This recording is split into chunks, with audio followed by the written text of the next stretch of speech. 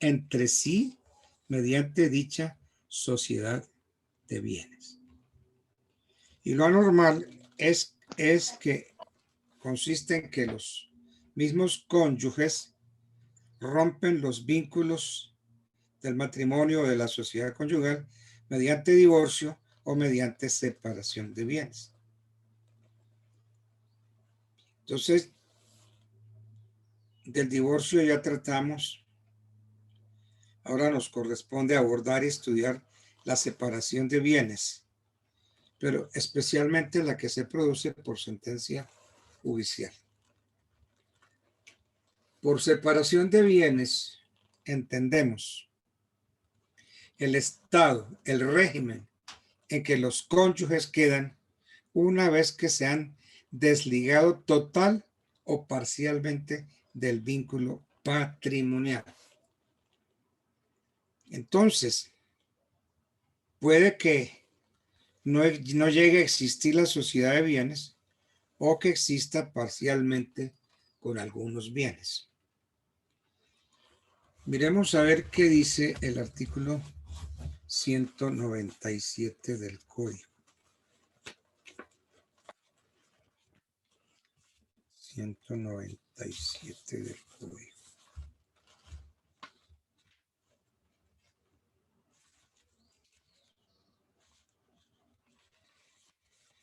Dice el artículo 197 del Código: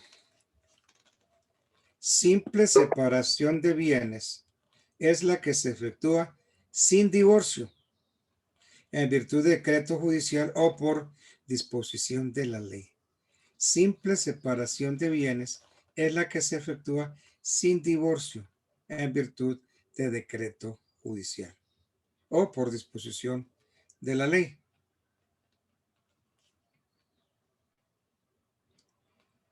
Bueno.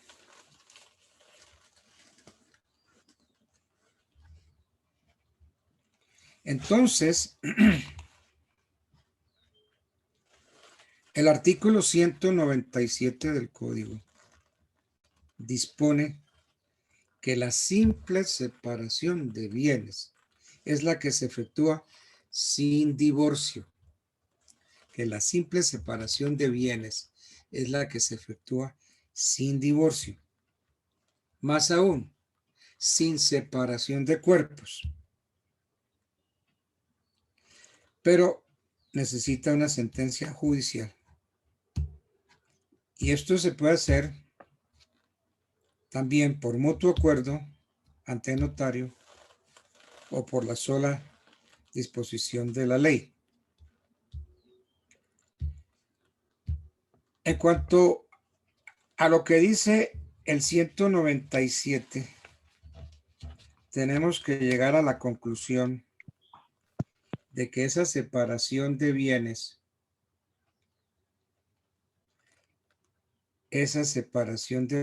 alude a la separación legal y a la judicial. Dice, es la que se efectúa sin divorcio, en virtud de decreto judicial o por disposición de la ley. En cuanto entonces a lo primero, dijimos su origen, la separación puede ser convencional, legal y judicial. Ahora, ¿qué pueden hacer los novios antes de contraer matrimonio? Antes de contraer matrimonio, los novios pueden acudir a hacer unas capitulaciones matrimoniales. Entonces, de conformidad con el 1771 del Código Civil, quienes se disponen a contraer matrimonio pueden celebrar, no es que tengan, sino pueden celebrar capitulaciones matrimoniales y estipular que una parte determinada de sus propios bienes no entren a formar parte de la sociedad conyugal o que alguno de sus bienes, especialmente inmuebles, en caso de contraer matrimonio, formen parte del haber sociedad. Leamos el 1771. ¿Qué nos dice? Se conocen con el nombre de capitulaciones matrimoniales. Se conocen con el nombre de capitulaciones matrimoniales las convenciones que celebran los esposos. Buenas noches, doctor. Buenas noches. Aquí ya tenemos una redacción defectuosa. Miren lo que dice el 1771. Párenle bolas. Se conocen con el nombre de capitulaciones matrimoniales las convenciones que celebran los esposos antes de contraer matrimonio. Cuénteme una cosa. Claro, antes de contraer matrimonio. No son esposos. No son esposos. Ese es el primer defecto, Oscar.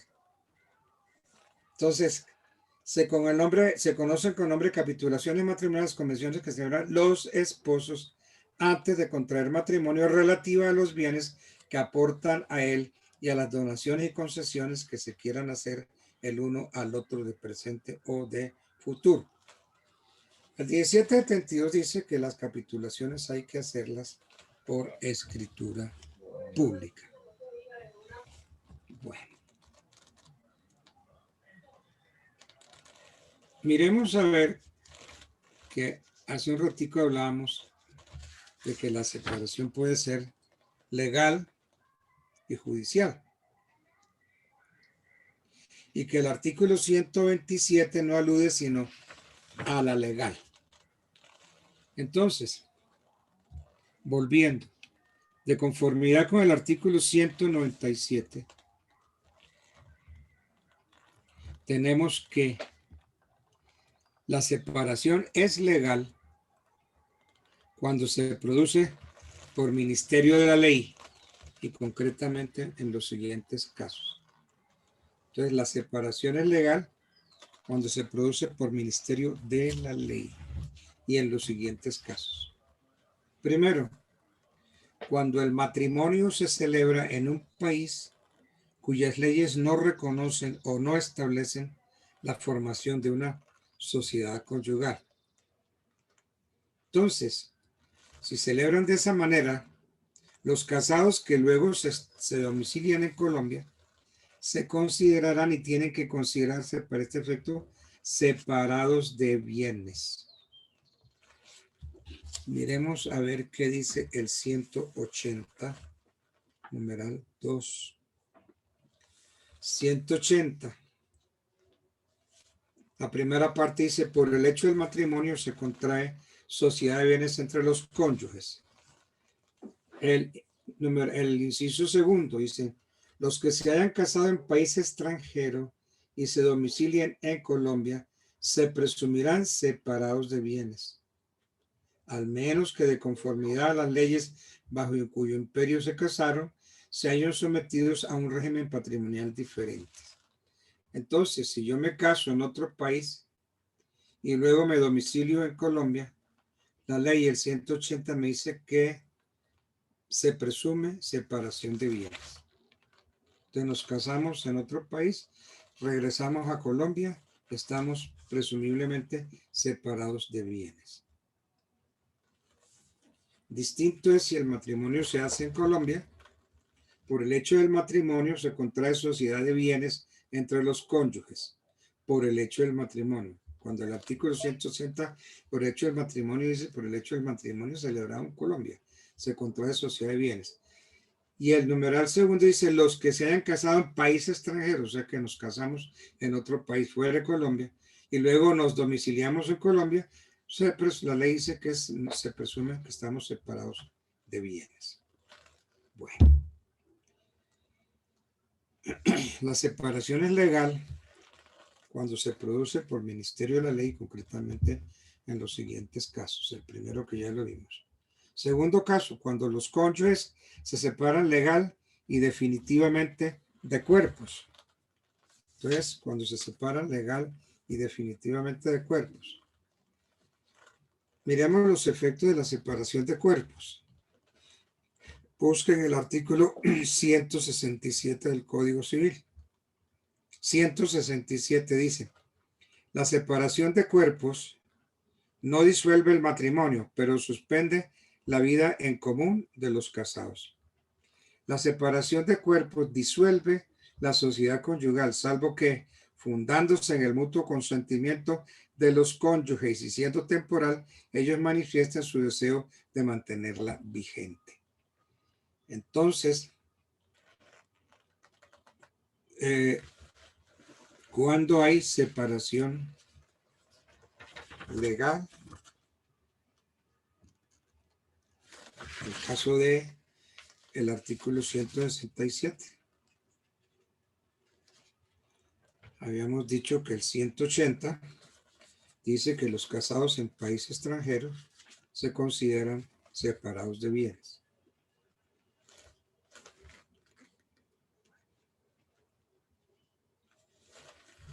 Bien, la separación es judicial cuando se decreta por sentencia de juez.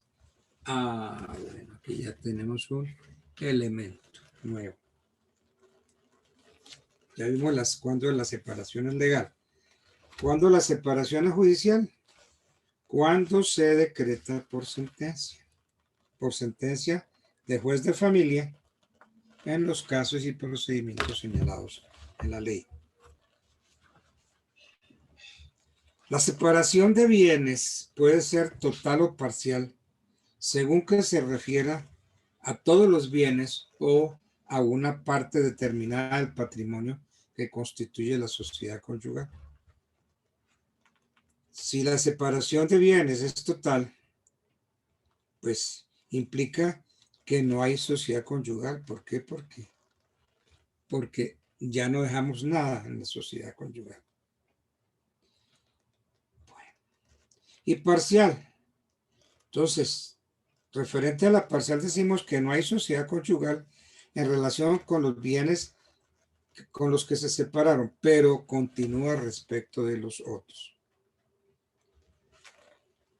No obstante, es bueno aclarar que la separación judicial es siempre...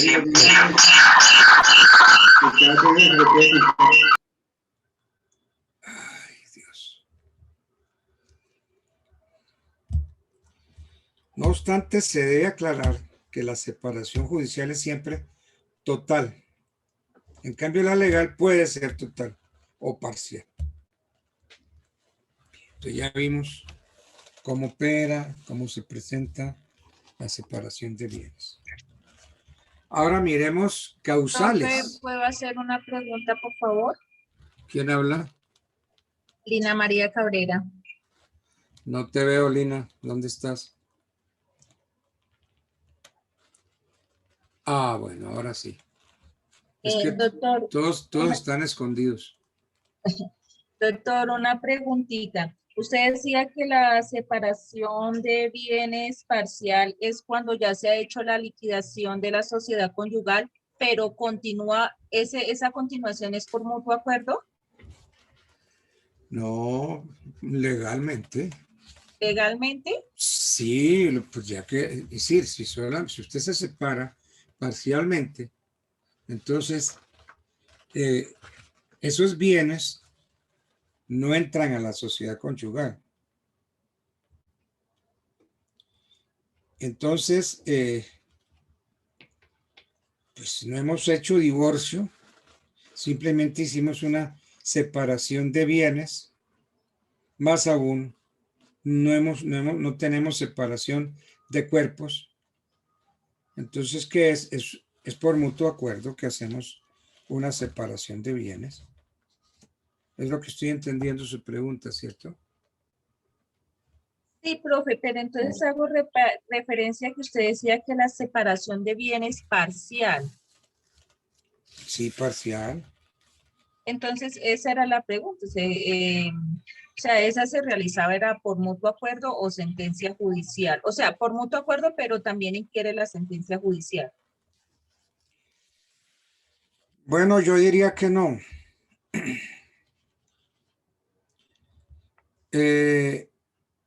Porque es que de común acuerdo podemos hacer una escritura pública, usted y yo, ante un notario, y decimos que tales y tales bienes no hacen parte de la sociedad conyugal. ¿Sí? Y que podemos celebrar capitulaciones Sí, señor. matrimoniales. Entonces, vamos ante un notario y hacemos capitulaciones matrimoniales. Y decimos en esas capitulaciones que tales y tales bienes no entran a formar parte de la sociedad conyugal. ¿Ok? ¿Vamos bien ahí? Entonces, eso lo manifestamos. Me abre el micrófono, que no lo oigo. Sí, señor. Entonces, eso lo hacemos ante notario. Y entonces tiene que hacerse por escritura pública. ¿Sí ve? Entonces, miremos, es que me perdí el 1771 del código. Dice, el 1771 habla de las capitulaciones matrimoniales. Repitamos el 1771, Lina. Se conocen con el nombre de capitulaciones matrimoniales las convenciones, los acuerdos, ¿no? Que celebran los esposos. Aquí hay un error, porque es que antes del matrimonio no podemos hablar de esposos. Las convenciones que celebran los esposos antes de contraer matrimonio, relativa a los bienes que aportan a él y a las donaciones y concesiones que se quieran hacer el uno del otro. Entonces, yo puedo llegar y decir con usted cuáles bienes aportamos, pero cuáles bienes no aportamos. Y entonces esas capitulaciones matrimoniales, según lo dispuesto por el 1772, tenemos que hacerla por escritura pública. ¿Sí? Sí, señor. Entonces, usted y yo, en las capitulaciones matrimoniales decimos que tales y que tales inmuebles no hacen parte o no integrarán la sociedad patrimonial. Entonces eso se nos vuelve una escritura pública y podemos seguir casados. Entonces Ah, estamos, ya, profe. no, podemos seguir casados, más aún sin separación de cuerpos todavía, que simplemente nos referimos es a los bienes. Bueno, Gracias, profe. Doctor, tengo una sí, pregunta. No sé, sí, pues, si es ya el tema. sí, dígame. Cuando la pareja vive en unión libre, ¿Quién habla? tiene yo, Vanessa. Ah, Vanessa, venga y la veo, se me esconde. Cuénteme, la oigo, Vanessa. Cuando la pareja vive en unión libre, solo tiene 10 años para poder reclamarle al otro cónyuge lo que hayan, o sea, de los bienes, para poder repartirse en los bienes. Cuando, o sea, no están casados ni nada, sino simplemente viven en unión libre. Sí, bueno, nosotros no hemos visto la unión libre, ¿cierto? No, no, señor. Bueno, pues la unión libre es simplemente que se van a vivir juntos. Ujú. Entonces, yo sí expliqué algo ayer, que si la pareja que no están casados y no tienen inconvenientes para casarse, no se casan y deciden vivir juntos, forman una unión marital de hecho. Ahora, si uno de los dos está casado o ambos están casados, no se pueden casar y se van a vivir juntos, entonces integran una sociedad patrimonial de hecho.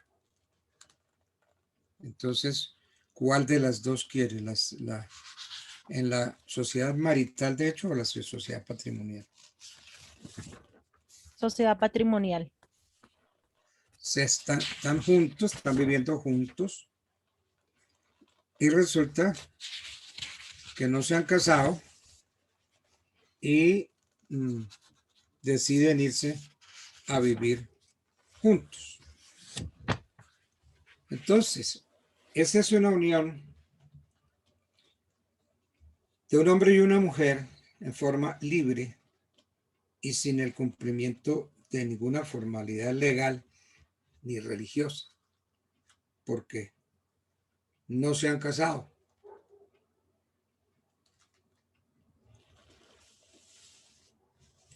Entonces,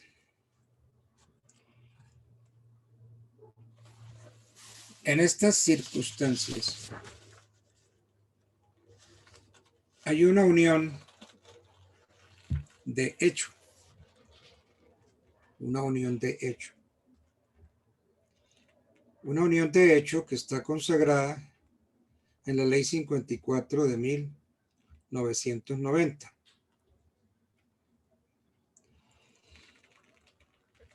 La ley dice que la unión marital de hecho es la formada entre un hombre y una mujer que sin estar casados hacen una comunidad de vida permanente y singular. Entonces, me estoy refiriendo a la unión marital de hecho, porque la otra es la sociedad patrimonial de hecho. Entonces, de lo que he venido explicando hasta ahora, podemos deducir que a la unión marital de hecho solo le falta el matrimonio ante una autoridad competente, porque por lo demás es similar al matrimonio. ¿Por qué? Porque hay una decidida voluntad de vivir juntos, de ayudarse, de socorrerse, de tener una verdadera comunidad de vida. Y entonces pero usted no me ha dicho si son del mismo sexo o no. Entonces, en esta unión marital de hecho se supone que es un hombre y una mujer.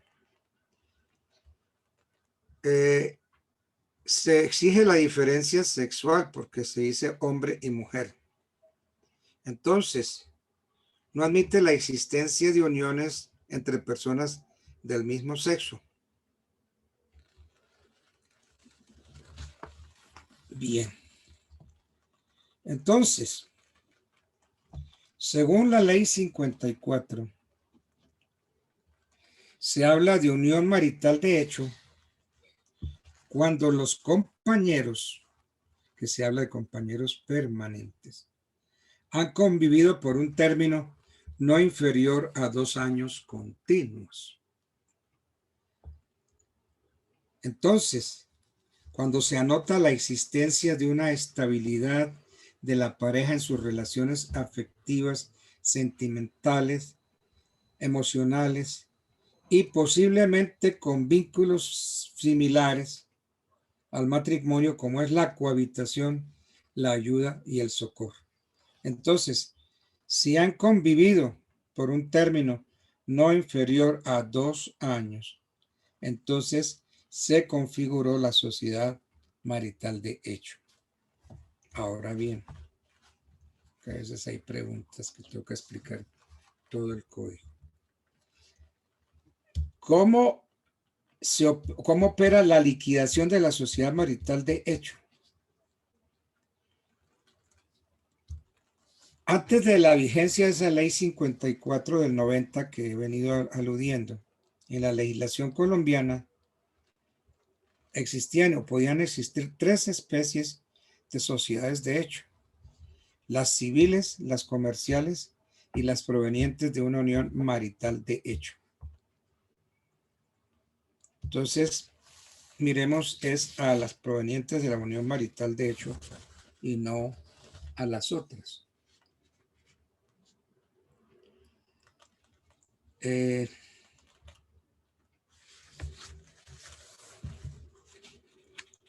A ver qué le digo.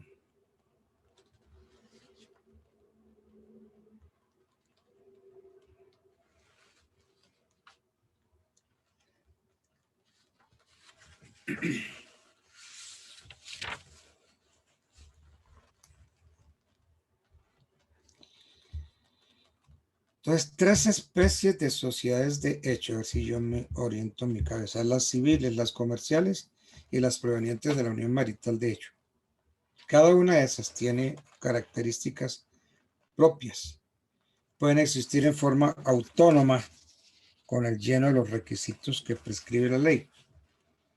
En cuanto a las primeras, o sea, las civiles y las comerciales, no se presumen, como sí sucede con las de hecho familiar o marital. Es decir, de conformidad con el artículo 2 de la ley 54/90. Ahora bien, era frecuente, y aún después de la vigencia de esta ley, que los compañeros se vieran obligados a aprobar la clase de aportes que habían hecho cada uno para la conformación de la sociedad de hecho. Entonces, los declarantes manifestaban, se limitaban era a colaborar en las labores domésticas y que realizaba algún oficio como lavar la ropa, cuidar los niños, etcétera, etcétera. Entonces,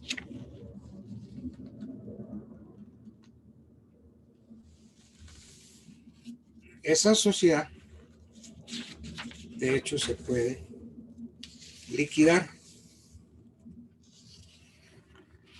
¿Cómo se disuelve de la sociedad? La sociedad patrimonial entre compañeros permanentes se disuelve por una de las siguientes causas: por la muerte real o presunta de uno de los compañeros, por el matrimonio de uno de ambos compañeros con personas distintas de quienes formaban parte en la sociedad patrimonial, y por el mutuo consentimiento de los compañeros permanentes. Entonces, tenemos que puede haber disolución de la sociedad por muerte, por el matrimonio de uno o de ambos, por el mutuo consentimiento, por sentencia judicial.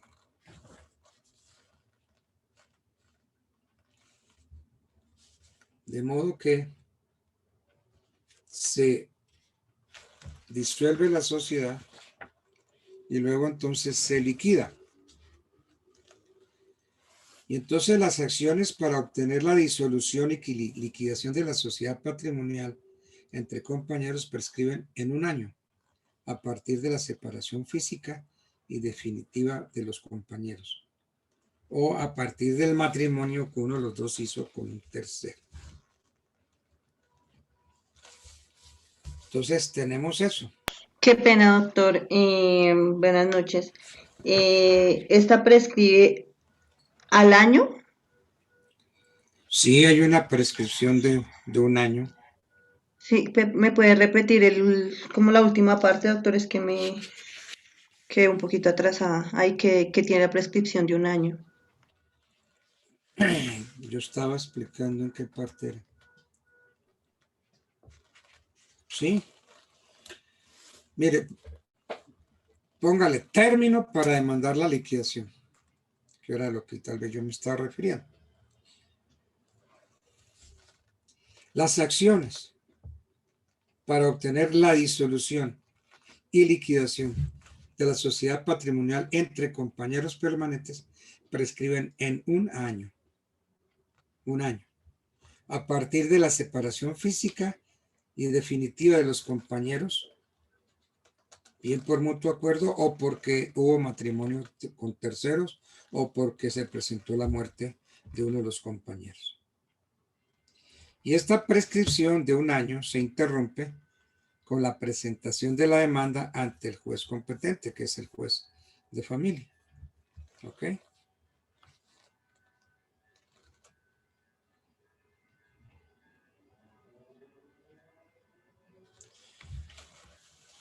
¿Quedó clara esa parte o no? Sí, doctor. Sí, doctor, muy amable. Muchas gracias. Bueno, entonces yo estaba... Me metieron en la unión marital de hecho y la separación y todo. Yo venía hablando entonces de la separación de bienes, ¿cierto? Sí, doctor. Sí, doctor Ok. Sumer, sí El va a explicarnos artículo, las causales de la separación de bienes. ¿Y qué íbamos a entrar a ver? Las causales. Sí, señor. Bien, las causales que autorizan la separación judicial de bienes son las consagradas en el artículo 200 del Código Civil. Miremos a ver. 200 del Código Civil. Cualquiera de los cónyuges podrá demandar la separación de bienes en los siguientes casos. Por las mismas causas que autorizan la separación de cuerpos. Segundo, por haber incurrido el otro cónyuge en cesación de pagos, quiebra, oferta de cesión de bienes, insolvencia, concurso de acreedores, disipación, etcétera, etcétera, etcétera. Entonces hay varias causales, pero vamos a mirar entonces en orden. Vamos a mirar, son como 5 causales, miremos la primera. La primera causal, por las mismas causales que autorizan el divorcio. O sea, ¿cuáles son? Las del 154, ¿sí? Que trae las causales de divorcio, 154, y las del 165, si mal no estoy.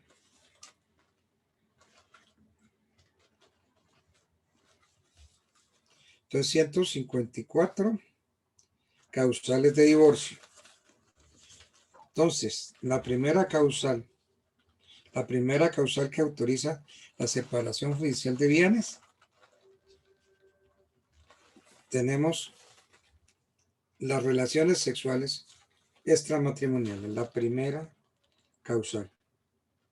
O sea, por las mismas causales que autorizan el divorcio. Tan del 154 hay 9 causales. La primera son las relaciones sexuales extramatrimoniales. Bueno, entonces, si se presenta una causal para divorcio, pues perfectamente puede haber una separación judicial de bienes.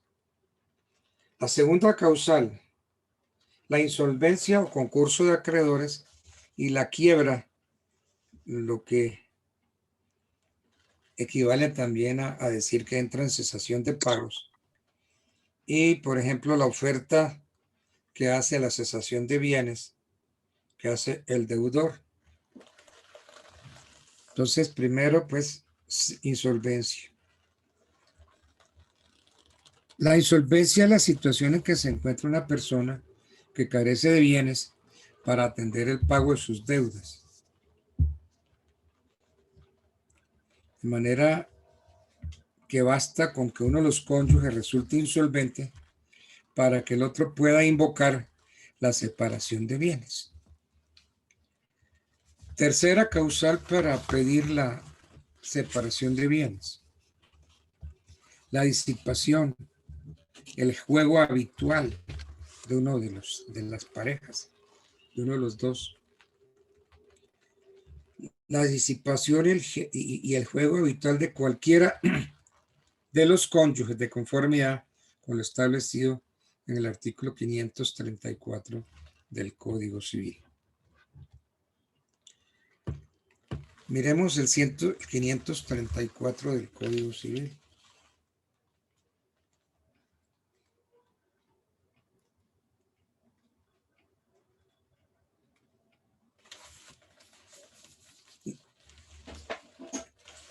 Entonces estamos hablando de la disipación, ¿cierto?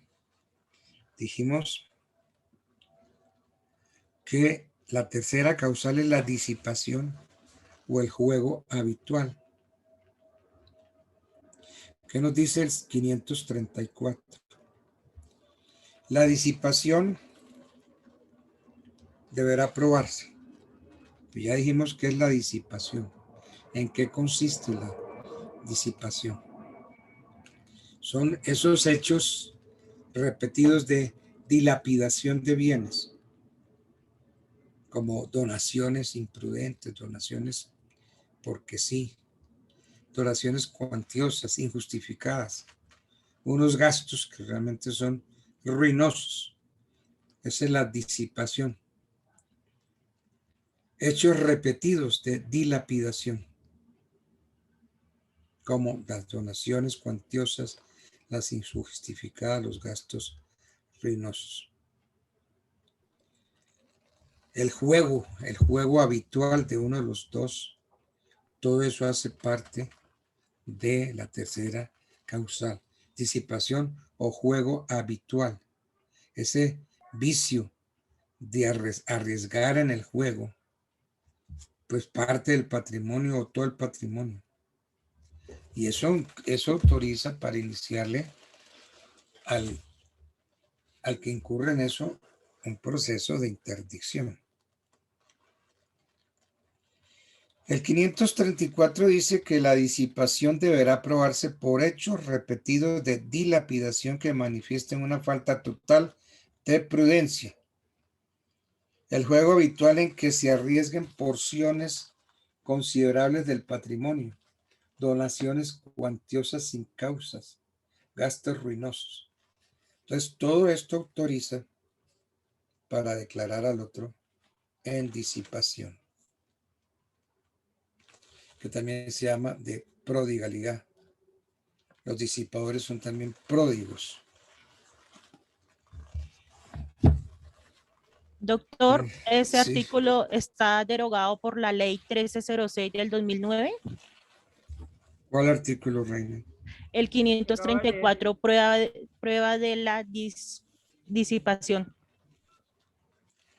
Prueba de la disipación. Vamos a ver qué. Artículo 534 está Sí, derogado por la ley 1306 del 2009. A mí también me sale lo mismo. Pues entonces busquemos la ley. Aquí la tengo, doctor. Bueno, espéreme a ver, 534. 534. Bueno. Modificado, dígame, por ley que. Por la ley 1306 del 2009. Bueno, Esa ley habla de los sujetos con discapacidad mental. sí, ok. Disipadores. Eso da un proceso de interdicción. Interdicción por demencia, por disipación. Bueno, pero las sigo oyendo. Sí, doctor, pues habla aquí sobre... Me interpeló con qué sentido. No, pues quería, pues tenía la duda, doctor. ¿Dudas sobre qué? Sobre el artículo. De que si estaba derogado, parcialmente derogado. Sí, señor. Sí, señor. Bueno, entonces si está derogado por la ley, entonces leamos bien la ley, leámosla, a ver qué dice. Vuelva otra vez. La ley habla sobre, la presente ley tiene por objeto la protección e inclusión social de toda persona natural con discapacidad mental o que adopte conductas que la inhabiliten para su normal desempeño en la sociedad. La protección de la persona con discapacidad mental y sus derechos fundamentales será la directriz de interpretación y aplicación de estas normas. El ejercicio de las guardas y consejerías y de los sistemas de administración patrimonial tendrán como objetivo principal la rehabilitación y el bienestar del afectado. Bien. ¿No más? Habla sobre, ahí ese es el artículo primero, ahora el artículo 2 sobre los sujetos con discapacidad mental, el artículo 3 sobre los principios, pero en el artículo 3 habla sobre, el artículo 3 está derogado por el artículo 61 de la ley de 1996 del 2019, que es en la protección y garantía de los derechos de las personas con discapacidad mental, se tomarán en cuenta los siguientes principios. Entonces, el respeto de su dignidad, su autonomía individual, incluida la libertad de tomar las propias decisiones y su independencia. B, la no discriminación por razón de discapacidad. C, la participación e inclusión plenas y efectivas en la sociedad. D, el respeto por la diferencia y la aceptación de las personas con discapacidad mental como parte de la diversidad y la condición humana. E, la igualdad de oportunidades. F, la accesibilidad. G, la igualdad entre el hombre y la mujer con discapacidad mental. H, el respeto a la evolución de la facultad de los niños y las niñas con discapacidad mental y de su derecho a preservar su identidad. Y pues, doctor, sigue el artículo 4 que habla sobre la dimensión normativa, el artículo quinto, obligaciones respecto de las personas con discapacidad. Sí. Sí, ¿qué más? Bueno, aquí el artículo, me llama la atención, aquí el artículo 23, temporalidad del internamiento. Habla el 24, el fin del internamiento. El artículo 25 habla sobre la interdicción de las personas con discapacidad mental absoluta, que está derogado por el artículo 61 de la ley de 1996 del 2019. Bueno. Aquí habla sobre la sección segunda, el sujeto con discapacidad mental relativa. Entonces dice el artículo 32, la medida de inhabilitación, que también está derogado por el artículo 61 de la ley de 1996 del 2019.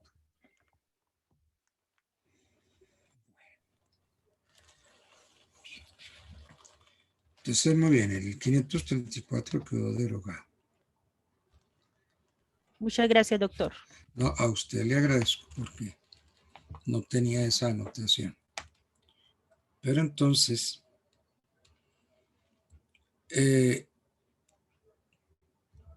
entiendo que no, porque es que no se hizo un análisis completo de cómo quedó derogado, de qué forma, de cómo fue reemplazado, qué con qué. A usted lo tiene claro.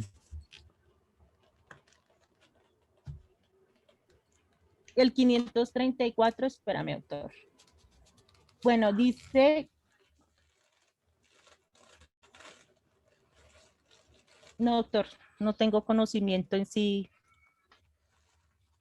Porque en todos estos casos en que hay disipación,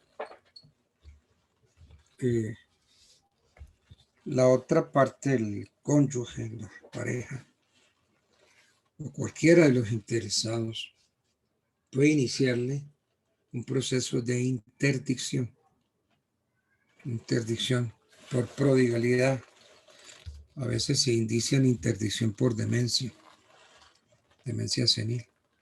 Y entonces se demuestra que esa persona es un disipador porque vive dilapidando los bienes, porque juega los bienes a las cartas, a los dados, y entonces se hace el proceso de interdicción judicial.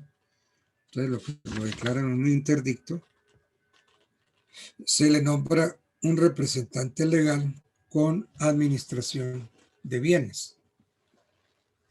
Es lo que yo siempre hice. Y se le nombra pues a esa persona un administrador. Que a veces esta es una costumbre, párenle bolas. Cuando papá y mamá llegan a viejos y tienen bienes, entonces los hijos maquinan una serie de cosas para iniciarle al papá o a la mamá o a ambos un proceso de interdicción. Interdicción por disipación, interdicción por demencia senil. Y a lo largo del proceso tratan de demostrar que esa persona es una interdicta. Y entonces piden que los nombren a ellos de administradores de los bienes. y se presta para muchas sinvergüenzuras porque a veces les conceden lo que quieren, ¿no? Entonces les nombran, o los nombran a ellos, o nombran a alguien interesado, lo nombran administrador de los bienes. Y de esta manera le quitan los bienes a los viejos. Pónganle mucho cuidado a eso, porque eso pasa mucho en la vida real. Hay que estar pendientes, porque pasa que se van con peritos.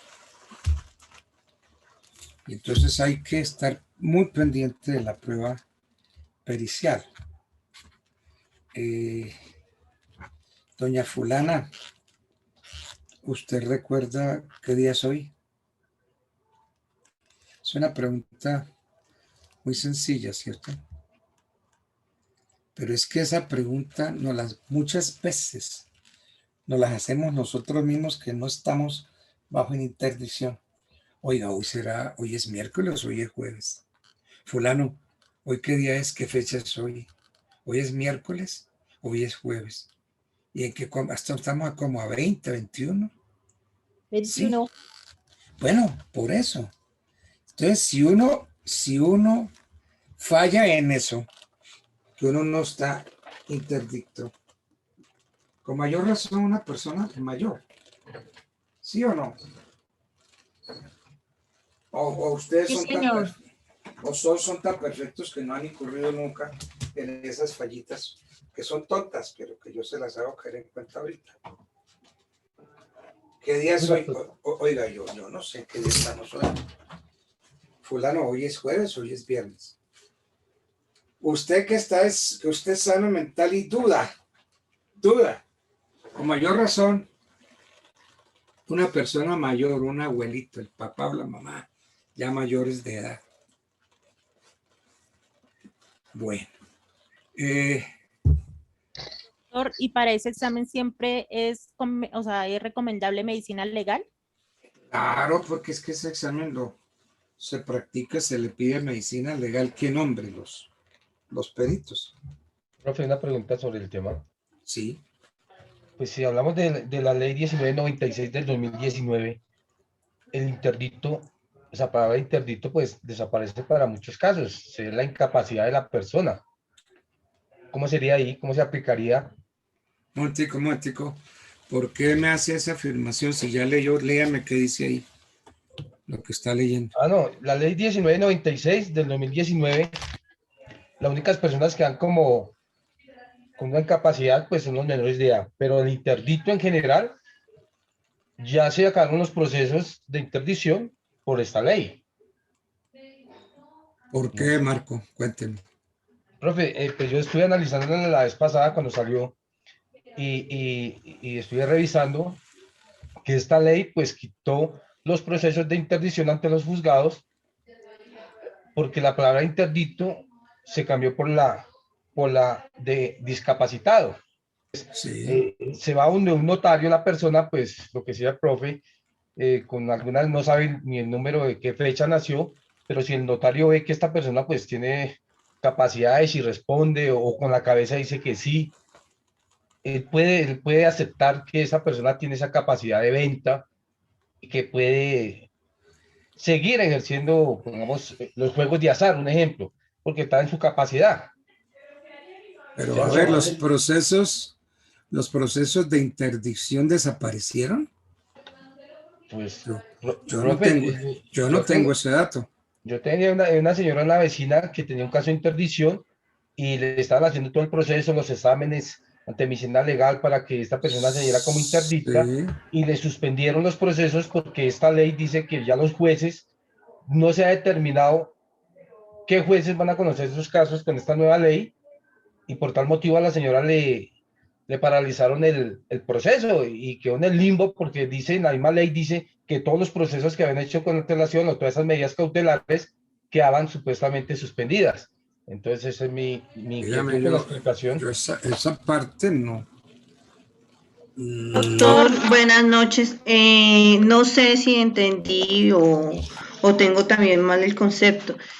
No que respecto a lo que dice el compañero, de incapacidad es que no es que haya desaparecido la interdicción.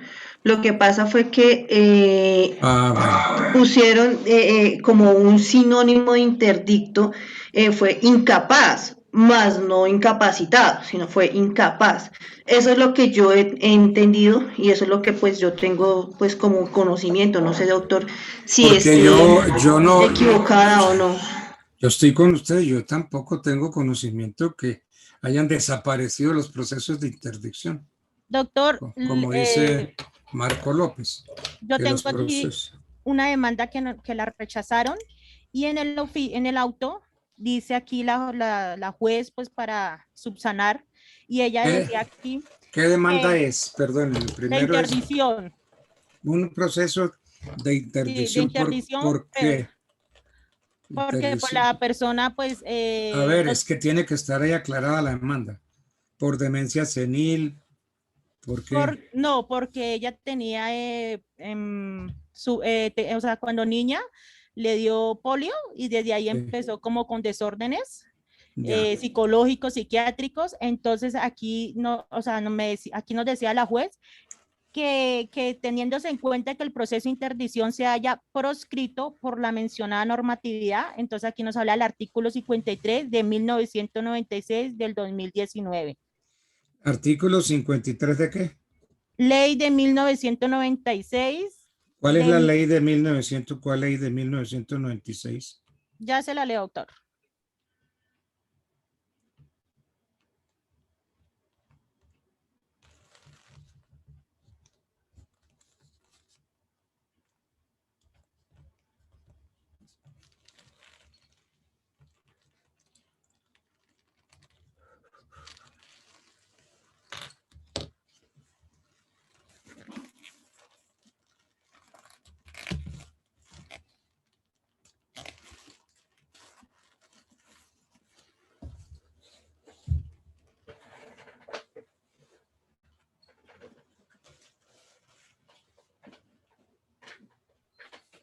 Bueno, artículo 54 de la ley de 1996. Perdón.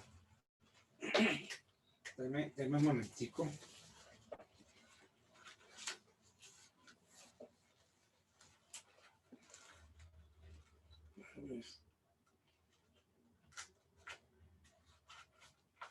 A ver, yo busco acá.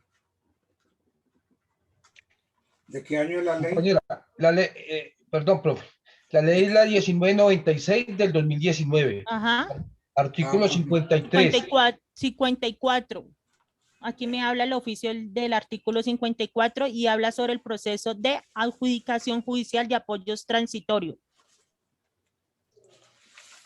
Sí, pero sería el 53. Dice, prohibición de la interdicción. Queda prohibido iniciar procesos de interdicción o inhabilitación o solicitar la sentencia de interdicción o inhabilitación para dar inicio a cualquier trámite público o privado a partir de la promulgación de la presente ley. Es lo que le estaba comentando. Sí. Gracias, compañera. Y el artículo 54 habla sobre el proceso de adjudicación judicial de apoyos transitorios.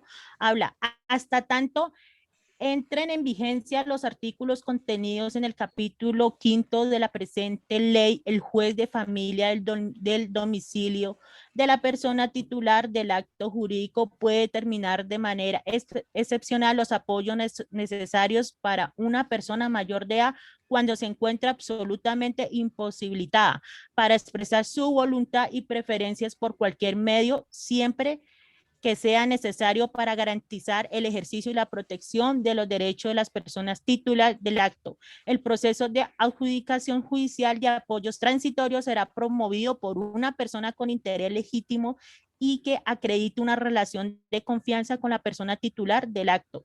El juez, por medio de un proceso verbal sumario, determinará a la persona o personas de apoyo que asistirán a la persona titular del acto jurídico, teniendo en cuenta la relación de confianza, amistad, parentesco o convivencia entre estos y la persona titular. La sentencia de adjudicación de apoyo fijará el alcance de los apoyos teniendo en cuenta las normas establecidas en la presente ley, al igual que el plazo del mismo, el cual no podrá superar la fecha final del periodo de transición. La persona titular del acto jurídico podrá oponerse a la adjudicación judicial de apoyos en cualquier momento del proceso. Como también a veces se presta pues para que roben a la gente. Y como eso después toca registrarlo en el registro, creo que en el registro civil, no sé, para que no pueda firmar ni nada. Pues no sé, doctor. ¿Me corrige, doctor? La ley 196 Del 2019. Es que la, habla de la adjudicación de apoyo. la ley 1996, profe. Ah, eso sí es distinto. Y ahí en el artículo 55 también dice que todos los procesos que se encuentren en vigencia serán suspendidos. Porque yo le estaba Sí. comentando ahorita. Lo que pasa, compañeros, a ver, sí, esa ley, yo estuve en una conferencia cuando salió la ley en la Está promulgada, pero empieza a Procuraduría, en el funcionar salón. en 2 años. Todavía no está Doctor, le habla Wilson Silva, ¿sí me escucha? Sí, lo Sí, estoy sí, oyendo. lo estamos escuchando. Sí, yo estuve en una conferencia cuando sacaron esa ley, entonces lo que pasa es que a los interdictos les dieron facultades, fueron facultades de decidir. De lo que estaba en la conferencia explicando esa ley cuando salió, bueno, hubo varios doctores que estaban explicando y es el tema de darles facultades a la interdicción, pero la interdicción en sí no se ha terminado, porque también se pueden declarar, pues hay personas que tampoco están facultadas hay como un debate en el escenario de lo que estaban explicando, porque no todos pueden tener esa capacidad No, yo pienso que no es que lo faculta, le da unos apoyos, que es diferente. Sí, exacto. Entonces, facultad. No. Les dieron facultad. En esa ley lo que yo entendí en ese momento cuando la estaban explicando en ese año, que fui por la universidad, que la doctora Lucinda nos invitó a eso, porque ella es muy interesada en ese tema, la doctora Lucinda, de la universidad, del consultorio jurídico. Sí. Entonces, explicaban eran las facultades que le dieron por decir algo, a las personas de síndrome de Down, que estaba y eso también habló él sobre sí, que tenía facultades todavía para decidir, que no, sí, pues para decidir para casarse, bueno, entonces es muy prematuro, como llegó el COVID era muy prematuro porque la doctora Lucinda estaba en la universidad, estaba promoviendo a unos alumnos que les interesaba ese tema o algo, pues uno fui yo, pero todo se paró. De esas facultades cuando una persona quiere declarar a su hijo, como al niño que llevaron allá, bueno, al señor que llevaron con síndrome de Down, pues la mamá quería decirle que no se podía casar y tratarlo de interdicto y que tomara la decisión su señora madre. Entonces, ¿qué pasó? Ahí explicaban, y él decía lo que hablaba, bueno, le dieron un discurso de que él tenía poder todavía con ese síndrome de Down, de lo que estaba hablando, que tenía poder de decisión. Y esa ley, o sea, ahí paró explicando, porque eso hubo mucho debate de que muchas personas pues tampoco van a poder tener ese poder de decisión para cuando la mamá o una persona quiera llevarlo ante un juez y declarar interdicto. Entonces siempre hay como es tan temprana, es de 1999 la ley, sí, pues está ese debate, doctor. Pero eso fue lo que yo entendí en ese momento de que estuve en el salón de la Procuraduría, que estuvieron explicando, que nos llevó la doctora Lucinda, de la Universitaria de Colombia, en ese debate que hubo. Hasta ahí fue lo que yo entendí en ese momento, doctor, porque como todo se paró. Sí, pero yo ya estaba extrañado, el proceso de interdicción no ha terminado. No, sí, doctor, exactamente. no terminó. El proceso no ha terminado. Lo que cambia, según tengo conocimiento, lo que cambia es que ya no es el proceso de interdicción, sino se busca como un sinónimo. Ahora se llaman personas con discapacidad. Pues primero, segundo, esta normativa que es del año 99 tiene un plazo de 2 años para empezar a ejercerse. Todavía, si partiendo desde que es de junio a la fecha, todavía no están los tiempos. Todavía no ha entrado en vigencia. No, señor, todavía no está en los tiempos. Sí, ahora sí estamos bien. Porque esa ley es del año 2019. Sí, Profe, señor, de esa junio del ley, 2019. No, disculpe, Oscar, la ley entró en esa ley vigencia. está en Sí, vigencia, está en vigencia. está en vigencia, y eso se debatió Sí, ahí en el salón total. la vez La ley pasada. está en vigencia, pero le dieron un término de 2 años. 2 años a partir de la promulgación. Sí, pueden buscarlo en internet, lo estoy leyendo ¿Y ahorita 2 mismo. años a partir de qué? A partir de su promulgación, o sea, si partimos que fue en junio del 2 años, 2019, 2 años ¿para qué? ya se lo digo exactamente, doctor. Pero compañero, es que aquí la juez nos dice que el proceso no se debe llamar interdicción, sino que se debe llamar adjudicación judicial de apoyos transitorios. Ella nos dice Ah, sí. ahí en el... Exactamente, lo Así que es, cambia, lo que así. cambia, lo que cambia. Ok, Aquí dice lo listo. contrario. Adjudicación de apoyo transitorio, pero esa ley del 2019 todavía no está en firme. Por eso le decía yo, profe, que el conocimiento sobre lo que se trató en el salón sobre esa ley, que yo la estuve leyendo, ya entró en vigencia y los jueces en general, los casos de interdicción los pararon y no están dando fallo y todas las medidas cautelares que habían dado en su momento quedaron paralizadas. Y ahí, pues, hasta ahí llegó el estudio y no profundicé más, pero todos... Pero esa ley no ha quedado del todo, no ha quedado promulgada. Pues doctor, aquí en el oficio la juez nos dice que teníamos, o sea, que teníamos que reemplazar, o sea, que teníamos que hacer el proceso como adjudicación judicial de apoyos transitorios, pues que se nos da 5 días para subsanar la demanda.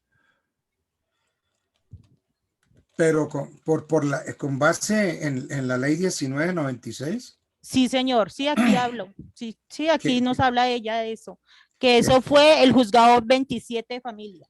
¿Qué dice el fallo? No, ahí no hay fallo porque como se tuvo que subsanar la demanda, entonces en el oficio decía de que teníamos que... Se presentó la demanda ¿de qué? De interdición. Sí, se presentó esa demanda de interdición. Interdicción, ¿por qué causa? Porque esa persona, pues... No, ellos tienen que, el demandante tiene que haber aclarado la causa. Sí, por demencia senil, no, por problemas psicológicos, psiquiátricos, y se había anexado el historial clínico porque pues ella había estado internada en el hospital. Sí. Y lo que pasa es que ella, la mamá, le dejó un apartamento. Entonces la muchacha, creo que tengo entendido que se enredó con un señor y el señor quería, pues, quería quitar el apartamento. Entonces los hermanos, pues, los hermanos interpusieron pues este proceso, pues para que el tipo de mala fe, exactamente, para que ya no firmara ni nada de escritura ni nada, porque pues como que le iba a hipotecar el apartamento. Para que no lo hiciera, y si lo hizo para anularlo, lo he hecho. Profe, y aquí el artículo 63 de la misma ley dice, la vigencia, la presente ley rige a partir de su promulgación. ¿Qué quiere decir? Que es a partir de la fecha, eso fue inmediato, eso no se le dieron más términos, sino inmediato. Bueno, pero motico, es que a veces la promulgación, usted sabe que son 2 meses después, pero a veces se dice cuándo queda la ley promulgada. Esa es la otra. ¿No ha dicho eso? ¿Esa ley cuándo queda promulgada? Profe, yo estaba hablando con un compañero que estudia con nosotros por la noche, ya se retiró y trabaja en un juzgado de familia. Digo, Marco, ese fue el vacío que quedó en esa ley. Los jueces y los funcionarios quedamos en el limbo porque, o sea, ¿cómo se aplica? Exactamente, ahí es donde estoy yo. Listo, profe. Yo estoy ahí. Por eso cuando me hacen unas aseveraciones así tan tajantes, me matan. Bueno, pero de todas maneras, es muy interesante este pequeño, digamos, paréntesis que le hemos hecho. Bueno, entonces, ya habíamos visto, eso fue la tercera causal. Hay una cuarta causal que habla de la administración fraudulenta. ¿Cuál es esa administración fraudulenta? A ver si la entiendo yo bien o no. Es la que se efectúa con la intención positiva de causar daño a los intereses del otro cónyuge. Por ejemplo, a ver, aquella en que un cónyuge oculta bienes para que el otro no participe de gananciales de esos bienes. ¿Sí? Entonces los ocupa para que el otro no reclame gananciales. ¿Cuáles son los gananciales? ¿Ustedes se acuerdan cuáles son los gananciales? Son los que entran a la sociedad conyugal a título oneroso. Entonces, sobre esos bienes, ambos tienen el 50%. Entonces, la administración fraudulenta es la que se efectúa con la intención de causarle un daño al otro cónyuge. Y entonces se me ocurre un ejemplo. El ejemplo es que un cónyuge oculta bienes para que el otro no participe de gananciales y hasta de pronto también puede simular deudas o contratos que aumenten el pasivo de la sociedad. Entonces, al aumentar el pasivo se disminuye el activo. Entonces no habría activo partible o hay un activo partible pero muy bajito. Esta administración fraudulenta puede referirse a los bienes sociales o a los propios de los cónyuges. Entonces, el mal estado de los negocios antes era de por sí una causal de separación de bienes. Hoy podemos considerarlo, ese mal estado de los negocios, dentro de la causal que comentamos, o sea, la administración fraudulenta. Entonces, ¿por qué? Por todo esto que hace uno de los cónyuges, que simula deudas, simula contratos para bajar el activo. Entonces,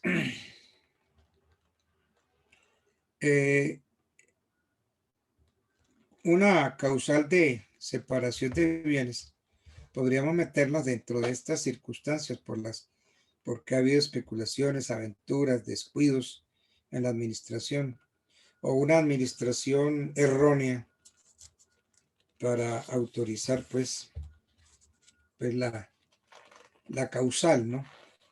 Para entrar en un proceso de administración fraudulenta. La quinta causal es la que ya más o menos estuvimos esbozando, que es la ausencia o la interdicción de uno de los cónyuges. También se habla del cónyuge ausente. Entonces, el cónyuge ausente o el que cae en interdicción por causas distintas de prodigalidad, hay que nombrarle un curador. El cónyuge ausente tiene que tener curador. O el que cae en interdicción por un proceso de prodigalidad, proceso de interdicción por demencia o demencia senil. En fin.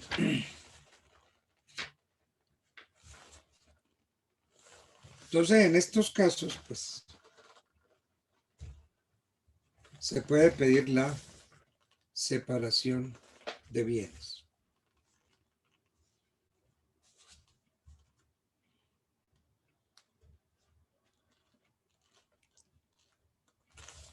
Bueno.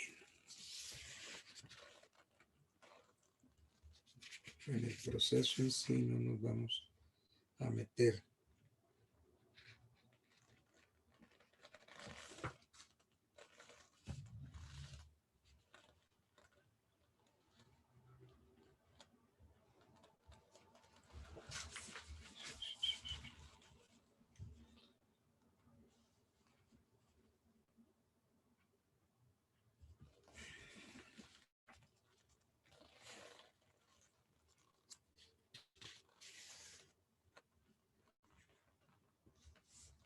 En estos procesos, incluso se piden medidas preventivas se pueden pedir y se pueden decretar medidas cautelares.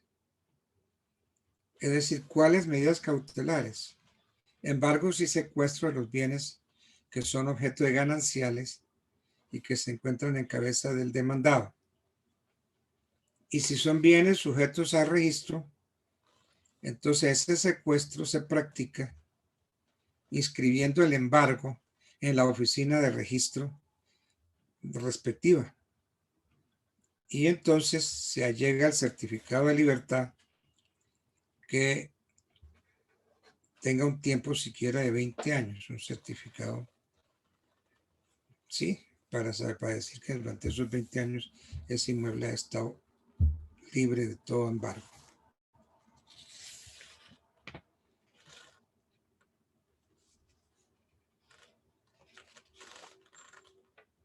Bueno.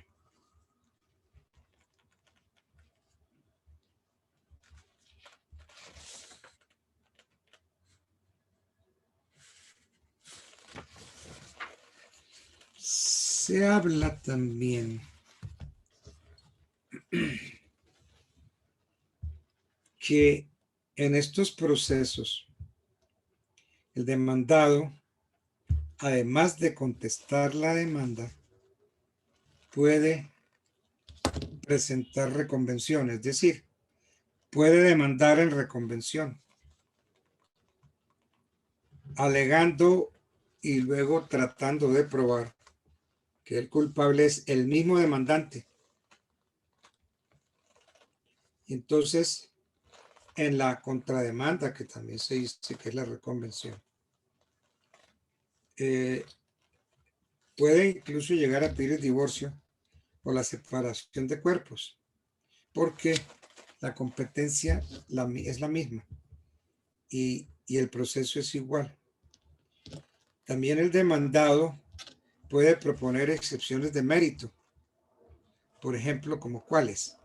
Se me ocurre a mí que puede presentar la inexistencia de las causales invocadas por el demandante, o de pronto puede defenderse alegando la caducidad de la acción en virtud de lo consagrado, si mal no estoy, en el 156 del Código Civil. ¿Qué dice el Código Civil en el 156? El divorcio solo podrá ser demandado por el cónyuge que no haya dado lugar a los hechos que lo motivan y dentro del término de 1 año, contado desde cuando tuvo conocimiento de ellos respecto de las causales primera, séptima o desde cuando se sucedieron respecto a las causales segunda, tercera, cuarta y quinta. En todo caso, las causales primera y séptima solo podrán alegarse dentro de los 2 años siguientes a su ocurrencia. Bien. Entonces, la demanda de reconvención puede presentarla, incluso proponer excepciones de mérito, por ejemplo, como las causales de inexistencia de las causales invocadas o la caducidad de la acción. Decretada, miremos la sentencia.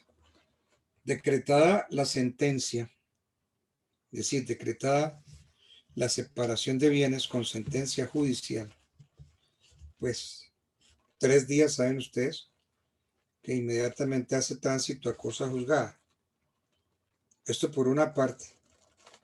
Y por otra, por cuanto a partir de ese momento ninguno de los cónyuges tiene parte alguna en los bienes que cada uno adquiera para el futuro. ¿Por qué? Porque es que la sociedad hasta ese momento existía, queda disuelta. Disuelta, óigase bien, disuelta pero ilíquida. ¿Por qué? Porque tienen los cónyuges que proceder a liquidarla. Sí, voy a repasar esa idea. Decretada la separación de bienes y la sentencia haciendo tránsito a cosa juzgada, a partir de ese momento ninguno de los cónyuges tiene parte alguna de los bienes que adquieran para el futuro. Entonces, la sociedad hasta ese entonces, hasta ese momento queda disuelta y hay que entrar a liquidarla. Entonces, liquidada la sociedad, una vez que la liquidan, cada cónyuge administra sus bienes y cada cónyuge es responsable ante tercero de las deudas y obligaciones que contraiga a partir de ese momento. Entonces, repitamos otra vez esto. Dije que ejecutaría la sentencia que decretó la separación de bienes. La sociedad conyugal queda disuelta y por lo tanto debe procederse a su liquidación como el trámite subsiguiente ante el mismo juez de familia, porque ese mismo juez de familia es competente para conocer de la disolución de la sociedad. Entonces, porque si no se hace, entonces queda ilíquida. Entonces, deben los cónyuges adelantar el trámite para que en la diligencia de inventarios se haga constar esa situación y hacer partición para que se declare que nada hay que adjudicar. ¿Por qué? Porque ya se quedó liquidada. En esta forma, no podrá más tarde alegar uno de los cónyuges o un heredero que la sociedad quedó ilíquida. Y entonces reabre el trámite de lo hecho anteriormente. Podría entonces que intentar levantar los embargos preventivos. Bueno. Hay unos problemones que se presentan, pero terribles, terribles. Eso ustedes lo ven acá rato en la vida real. Cuando hay dos sociedades conyugales. Entonces, ¿cómo se liquidan esas dos sociedades conyugales? Entonces, cuando subsisten dos sociedades de unas personas en diferentes matrimonios, no podrá liquidarse el segundo matrimonio sin antes haberse liquidado la del primero, la del mismo cónyuge. ¿Por qué? Porque es que hay dos sociedades, la del primer matrimonio y la del segundo. No puede liquidarse el segundo matrimonio sin haberse liquidado antes la del primero. Es posible que se presenten algunas situaciones que yo he visto. Que ambas sociedades conyugales están disueltas e ilíquidas por distintos procesos de separación de bienes o de cuerpos, por divorcio, por nulidad de matrimonio o por muerte de uno de los cónyuges del respectivo matrimonio, o de ambos.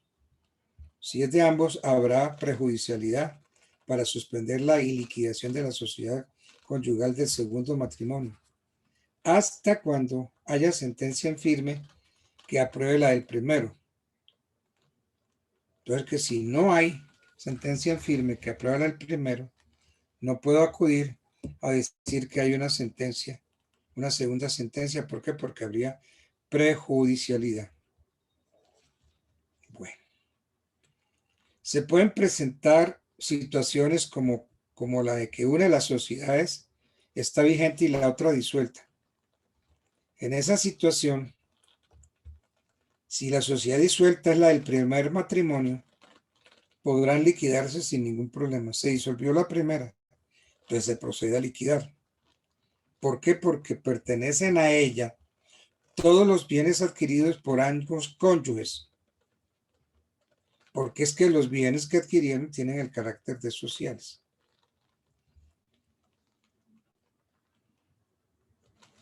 Entonces,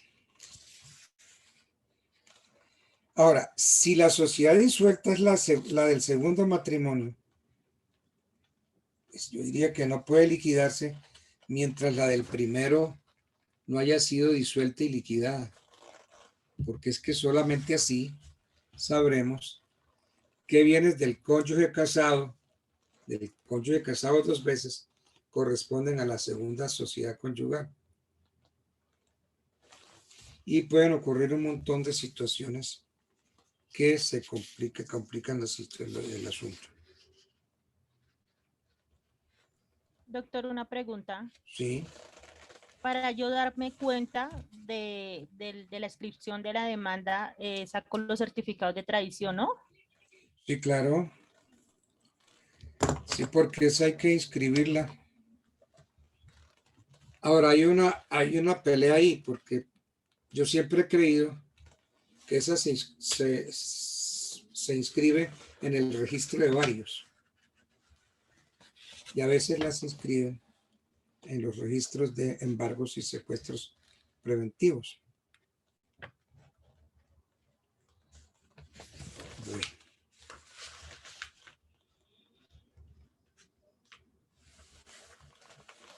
Separación de bienes por mutuo acuerdo de los cónyuges.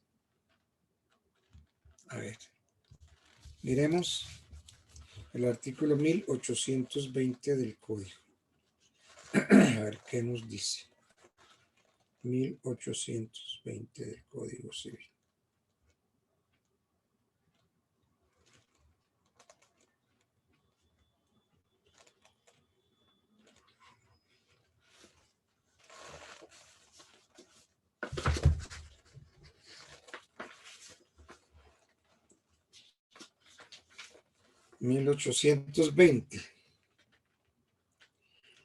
La sociedad conyugal se disuelve.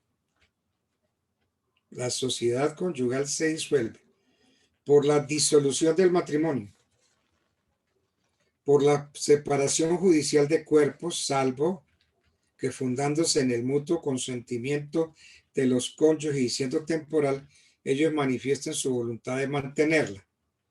Tercero, por sentencia de separación de bienes. Cuarto, por la declaratoria de nulidad del matrimonio. Quinto, por mutuo acuerdo. Entonces, de conformidad con el quinto, con el ordinal quinto de ese artículo 1820, que dice, por mutuo acuerdo de los cónyuges capaces, elevado a escritura pública, en cuyo cuerpo no se incorporará el inventario de bienes y deudas sociales y su liquidación.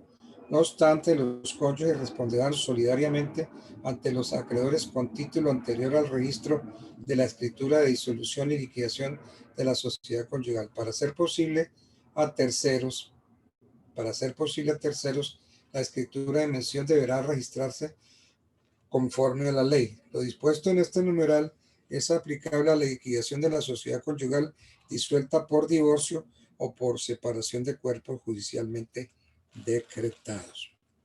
Entonces, como lo preceptúa el ordinal quinto del artículo 1820 que acabamos de leer, los cónyuges plenamente capaces podrán disolver y liquidar por mutuo consentimiento y a través de escritura pública la sociedad conyugal patrimonial. Entonces, repito, los cónyuges plenamente capaces pueden disolver y liquidar por mutuo consentimiento con escritura pública la sociedad conyugal patrimonial. Y ese mismo artículo nos dijo que los cónyuges responden solidariamente ante los acreedores con un título anterior al registro de la escritura de disolución y liquidación. Claro. Entonces, tiene que haber deudas, se tiene que probar que las deudas ocurrieron antes de la fecha de la escritura de disolución. Porque si se presenta después, ya eso no tiene lo que se llama fecha cierta.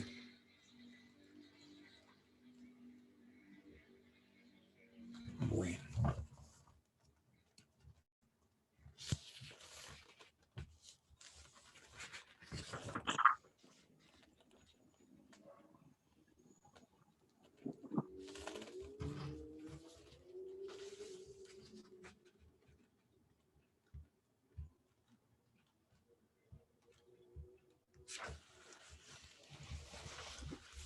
Bueno, ustedes se acuerdan que por ahí miramos entre las causales esas de nulidad de los matrimonios católicos, que si hay un matrimonio civil y yo me caso después católicamente, mi matrimonio católico anula de por sí el matrimonio civil anterior. Entonces, de acuerdo con eso, se han presentado algunos problemas que yo recuerde. Cuando se trata de matrimonios civiles o católicos y uno de los contrayentes estaba unido por otro matrimonio válido con una tercera persona y anterior a la ley primera del 76, porque es que acordémonos que esta ley eliminó la sociedad conyugal en los nuevos matrimonios, es decir, los posteriores a la misma ley. Puede ocurrir que las dos sociedades conyugales se encuentren vigentes. Entonces tengo un matrimonio anterior y luego un matrimonio católico. Entonces, si las dos sociedades se encuentran vigentes, entonces debe liquidarse la primera para luego liquidar la actual. Y esto podrá hacerse por mutuo consentimiento o en procesos sucesivos de separación de bienes. Si no existe el acuerdo con el primer cónyuge, entonces será obligación de bienes. Y si no existe el acuerdo con el primer cónyuge, será obligatoria la vía judicial para liquidar esa sociedad conyugal antes de proceder a la liquidación de la segunda. Ahora, en ese mismo caso, antes de haberse celebrado el segundo matrimonio, pero con la modalidad de que la sociedad conyugal del primero ya haya sido liquidada, los cónyuges del segundo matrimonio pueden escoger entre la vía de la escritura pública y la judicial si son capaces. Pero resulta conveniente adoptar la segunda, es decir, la judicial, para que haya sentencia con fuerza de cosa juzgada respecto a la existencia de la sociedad conyugal patrimonial y a la aprobación de su liquidación, porque así tenemos certeza sobre todos los puntos que es de gran importancia para el futuro de los cónyuges. Cuando uno de los cónyuges desea obtener la separación de bienes sin separación de cuerpos o divorcio vincular, ni anulación del matrimonio, o cuando ambos así lo desean, deberá adelantarse únicamente el proceso de separación de bienes, a menos que se llegue a un acuerdo con el otro cónyuge para producir la disolución y liquidación de la sociedad conyugal por escritura pública.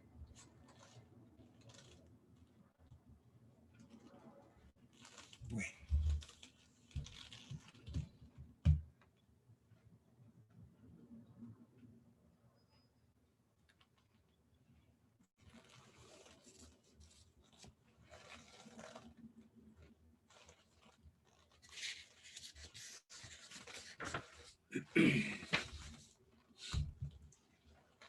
En la segunda evaluación,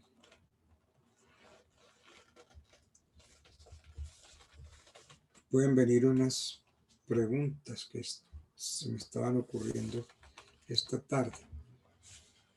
Por ejemplo, anótenla porque de pronto pueden salir. Si es que no opto por dejarlos libres para presentar otro nuevo estudio.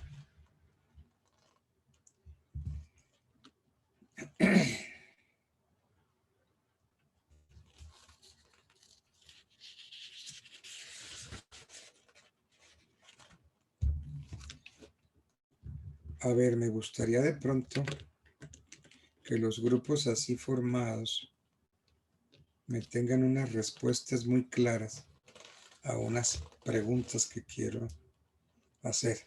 Miren, sí. Vamos a hacer lo siguiente. Yo voy a hacer una serie de preguntas y ustedes van a desarrollar ese trabajo. Y ese es el trabajo que ustedes me van a presentar como plancha para la segunda nota. ¿Sí la entendemos? Yo quiero ver. ¿Sí entendimos la idea? Sí, señor. Señor. Yo les doy una pregunta y ustedes hacen una autoevaluación, la responden y eso es lo que ustedes van a defender en el examen final. Entonces, hagamos una serie de preguntas. A ver, por ejemplo, tenemos media hora. Primera pregunta. ¿Cuándo cesan los efectos civiles del matrimonio? ¿Cuándo cesan los efectos civiles del matrimonio? Segundo tema. Diferencias entre la cesación de efectos civiles y el divorcio judicialmente decretado.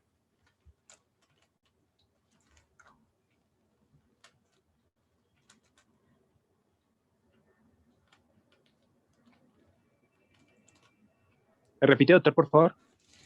Diferencias entre la cesación de efectos civiles y el divorcio judicialmente decretado.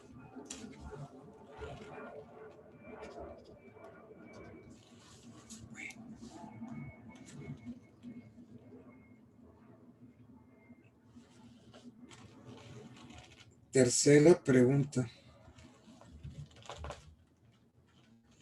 ¿Qué exigencias se deben tener en cuenta para que las relaciones sexuales sean causal de divorcio? Doctor, qué pena. ¿Me repite la pregunta, por favor? Sí. ¿Qué exigencias se deben tener en cuenta para que las relaciones sexuales sean causal de divorcio?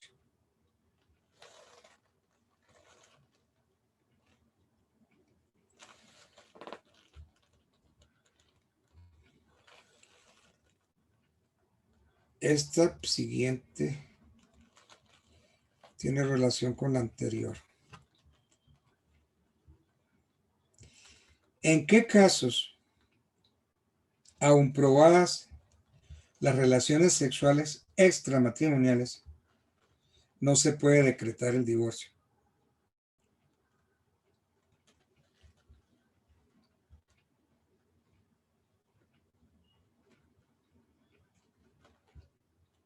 Qué pena, doctor, me la repite, es tan amable. Con gusto. ¿En qué casos, aun probadas las relaciones sexuales extramatrimoniales, no se puede decretar el divorcio?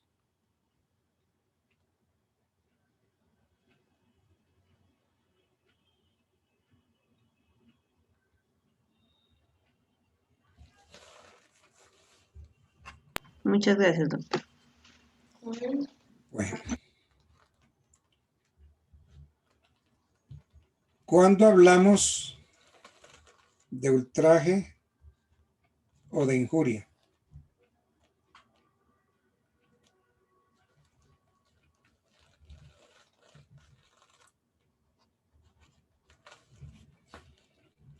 otra, ¿en qué consiste el trato cruel y los maltratamientos de obra?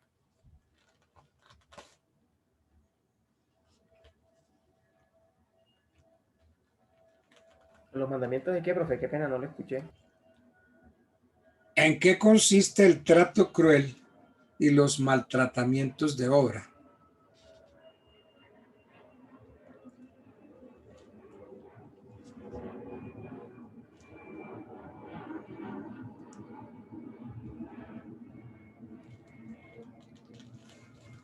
Bueno, vámonos para otra. Cuando la embriaguez, el uso de sustancias alucinógenas son causales de divorcio o de separación de cuerpo.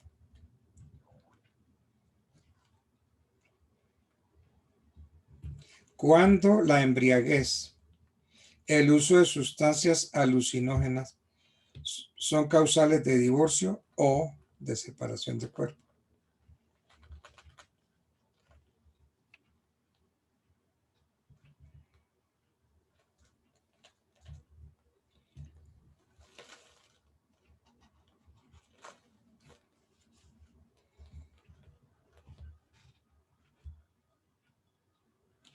La otra.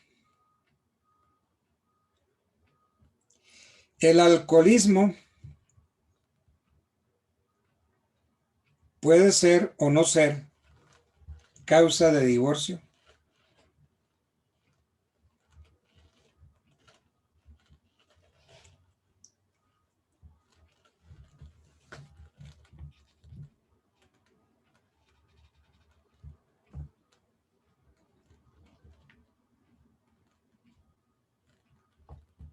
¿Esa la tienen clara ya? Sí, señor.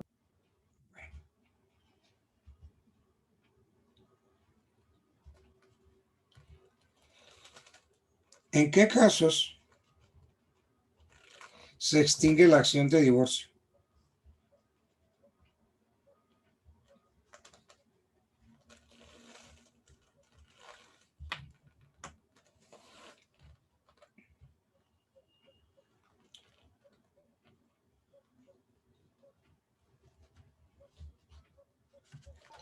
La repite, pero no está mal.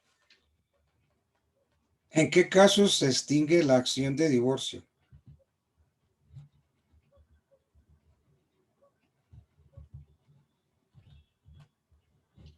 Gracias.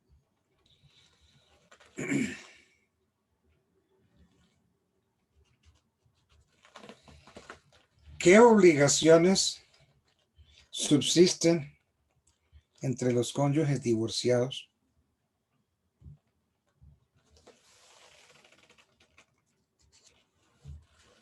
¿Cuántas van? Van 1, 2, 3, 4, 5, Van 10 6. Con esta 10, doctor. ¿10 con esta? Sí, Bueno, señor. está bien. Está bien. Es un buen número para que ustedes... Doctor, ¿me repite la última, por favor? Entonces, la última es, ¿qué obligaciones subsisten entre los cónyuges divorciados? Entonces, hagamos otra vez, les voy a hacer las preguntas. Primera, todo esto es para que ustedes lo resuelvan y entonces sobre estas preguntas hacemos la evaluación, ¿correcto? Perfecto, doctor. Primero. Entonces, ¿cuándo cesan los efectos civiles del matrimonio?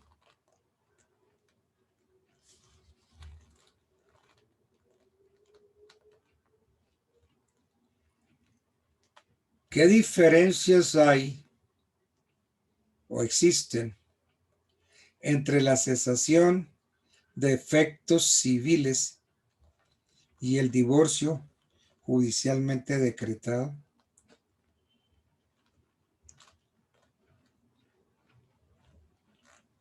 Si para ustedes hay diferencias o no. Tercera pregunta. ¿Qué exigencias se deben tener en cuenta para que las relaciones sexuales sean causal de divorcio?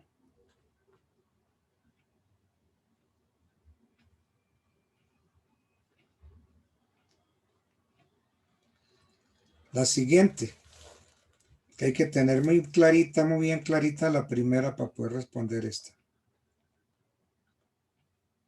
¿En qué casos, aún probadas las relaciones sexuales extramatrimoniales, no se puede decretar el divorcio?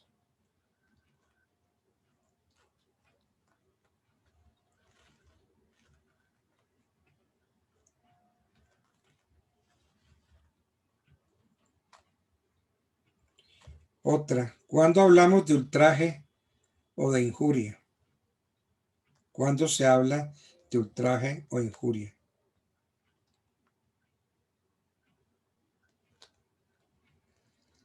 Otra, ¿en qué consiste el trato cruel y los maltratamientos de obra?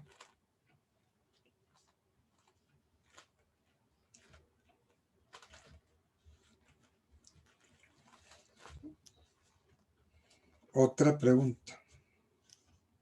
¿Cuándo la embriaguez, el uso de sustancias alucinógenas son causales de divorcio o separación de cuerpo? ¿Cuándo la embriaguez o el uso de sustancias alucinógenas son causales de divorcio o separación de cuerpo?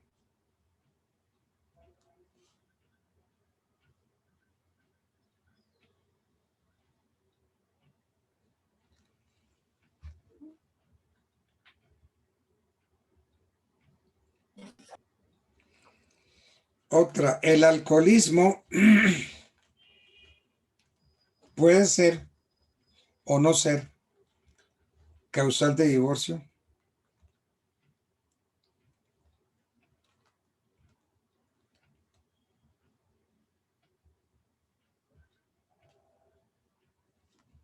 O se las formulo de otra manera. ¿Por qué el alcoholismo no es causal de divorcio? ¿O sí puede serlo?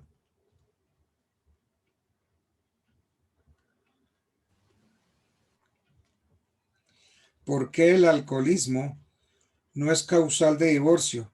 ¿O sí puede serlo?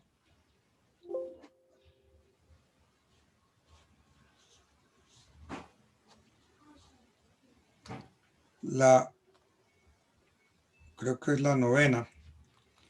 ¿En qué casos se extingue la acción de divorcio?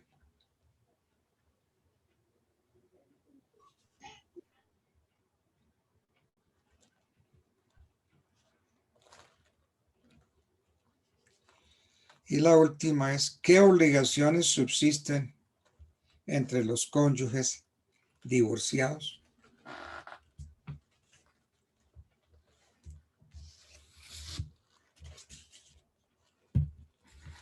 Esta segunda evaluación la vamos a tener ¿qué día?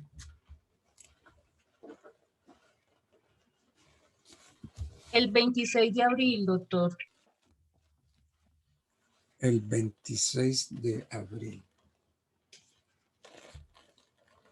¿Será como el viernes? Pregunto porque el 27 de abril se acaba esto, ¿cierto? El 30, doctor. se 30, termina. doctor. Y el 26 es martes. Ah, entonces es el 30 de abril. Yo creí que íbamos hasta el 27. Ah, no, entonces estamos bien. Porque tengo tiempito de pasar notas, ¿cierto? Entonces el 30 de abril se acaba este paseo. Sí, señor. Bien. Entonces son 10 preguntitas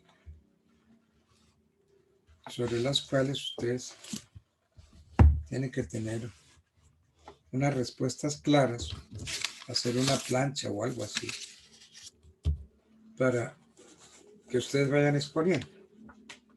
Porque ustedes me dicen, doctor, respecto de la pregunta ¿cuándo cesan los efectos civiles del matrimonio? Nosotros hemos considerado esto y esto y esto y esto y esto y esto. ¿Por qué el alcoholismo no es causal de divorcio? ¿O sí puede ser causal de divorcio? Para nosotros no es causal de divorcio. ¿O sí es causal de divorcio por tales y tales circunstancias? ¿Sí? ¿Cómo es la idea del examen final?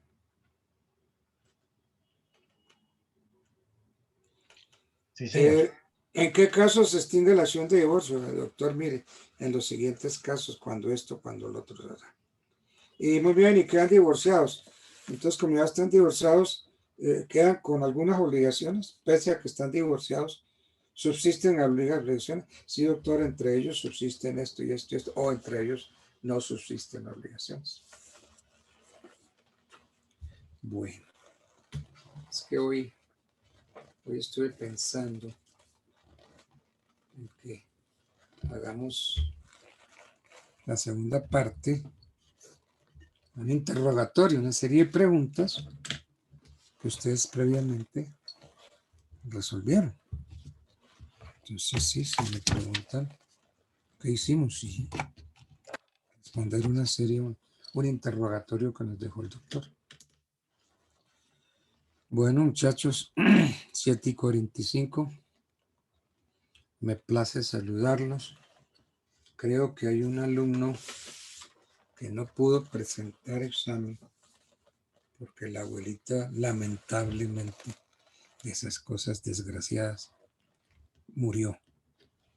Y es Lemos Benítez Walter Fabián. ¿Él está aquí? ¿Está pendiente de esta clase? Sí, señor, doctor, buenas noches. Ah, buenas noches. Lo primero es que tengo entendido que lamentablemente su abuelita falleció, ¿cierto? Sí, señor. Lamento mucho, reciba usted mis condolencias. Miren, son esos seres muy queridos. Ave María. Los abuelos hacen cosas, nos permiten hacer cosas que los padres no. Los abuelos en cierta forma son como alcahuetas, que nos dejan hacer un montón de cosas que nuestros padres no dejan. Y lo más lindo es una abuelita. Ay, lo más bello. Y el conocimiento, la filosofía, la experiencia de un abuelo, no la tiene el papá y no la tiene nadie. Y si uno ha logrado con ellos una familiaridad, una intimidad con ellos, extraordinario. Yo la tuve con mi abuelo paterno, un hombre muy difícil porque era un hombre muy serio, de muy mal genio, de muy mal carácter, difícil de hablar con él, pero él y yo teníamos algo en común y entonces podíamos hablar de eso en común que nos unía y fue maravilloso. Entonces, contigo, Walter, yo estoy por creer que sí te habías preparado para presentar la plancha con tus compañeros. La plancha fue la número, si mal no estoy. Somos el grupo 4, doctor. El grupo 4, que fue las formas de matrimonio en Colombia. Sobre eso trabajó el grupo 4, las formas de matrimonio. Yo estoy seguro de que si yo te pregunto, pues conoces el tema. Sin embargo, ellos no estuvieron así muy católicos, que digamos, y pues el examen fue aceptable. Entonces, pregunta Walter, ¿te incluyo en ese grupo con la misma nota que sacaron o crees que tú puedes llegar a sacar una nota superior?